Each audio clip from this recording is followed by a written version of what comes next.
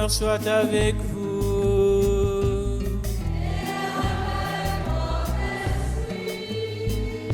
Évangile de Jésus-Christ selon saint Marc.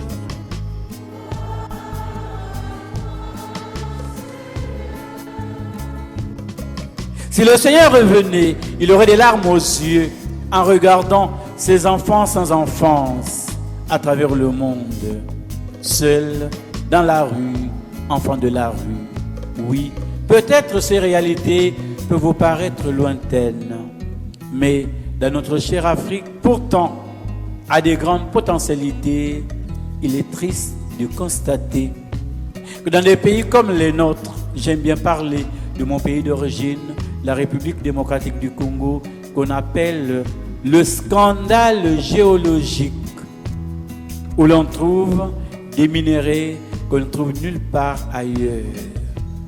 L'or, le diamant, le pétrole, le cobalt, le cuivre, le manganèse, le coltan, matière première recherchée pour la fabrication du matériel informatique, pour l'armement le plus sophistiqué, même l'uranium utilisé pour la première bombe atomique vient de chez moi en RDC.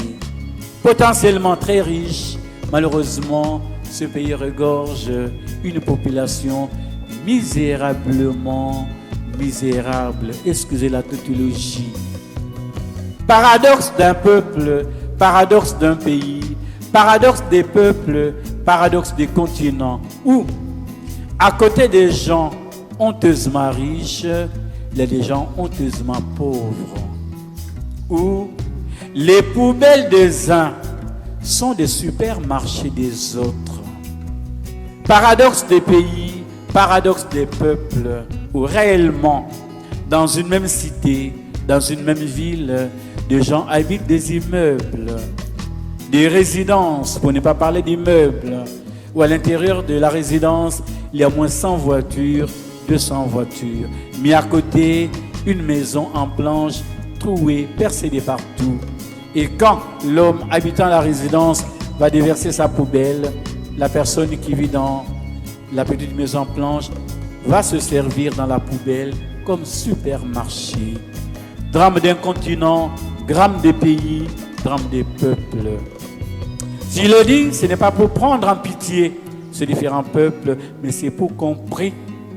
D'abord pour les décideurs politiques. Car le tout, c'est une question de volonté politique. Malheureusement, beaucoup de nos décideurs politiques, je parle de l'Afrique, excusez-moi, ils ont pactisé avec le diable. Leur salutation, ils se saluent comme cela, montrant les cornes du démon. Tous, la plupart, sont dans des pratiques sataniques.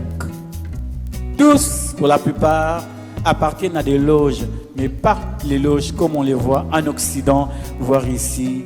Car la plupart, ils font du syncrétisme dans leurs pratiques, ajoutant les pratiques traditionnelles de l'Afrique avec la branche sacrificielle, où régulièrement, il faut que le sang coule. Oui, un pouvoir fétichiste ne peut pas avoir des décideurs qui peuvent être des véritables bergers, car pour eux, il faut écraser, il faut que le sang coule. C'est pour cela que dès qu'on annonce même les élections en Afrique, tout le monde a peur, parce que tout le monde se dit, le sang peut encore couler. Oui, nous avons besoin de votre prière, pour que le Seigneur seul touche les cœurs des décideurs, qui demandent la grâce comme Salomon avait demandé à Dieu. Seigneur, je te demande pas la richesse, de l'argent, mais donne-moi la sagesse pour mener mon peuple à bon port. C'est cette prière que je ne cesse de dire pour tous nos décideurs à tous les niveaux à travers le monde, qu'ils comprennent que ce qu'ils sont devenus, c'est par le soutien du peuple et qu'ils ont le devoir moral d'être des bergers de leur peuple.